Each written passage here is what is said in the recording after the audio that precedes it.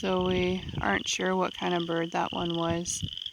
We have a couple of ideas, but we saw it a couple of years ago. There was a group of them here, and we haven't really seen them since, and they would fly around and hover over the water, and it was just fascinating to watch them fly. So just was neat to be able to see it again today.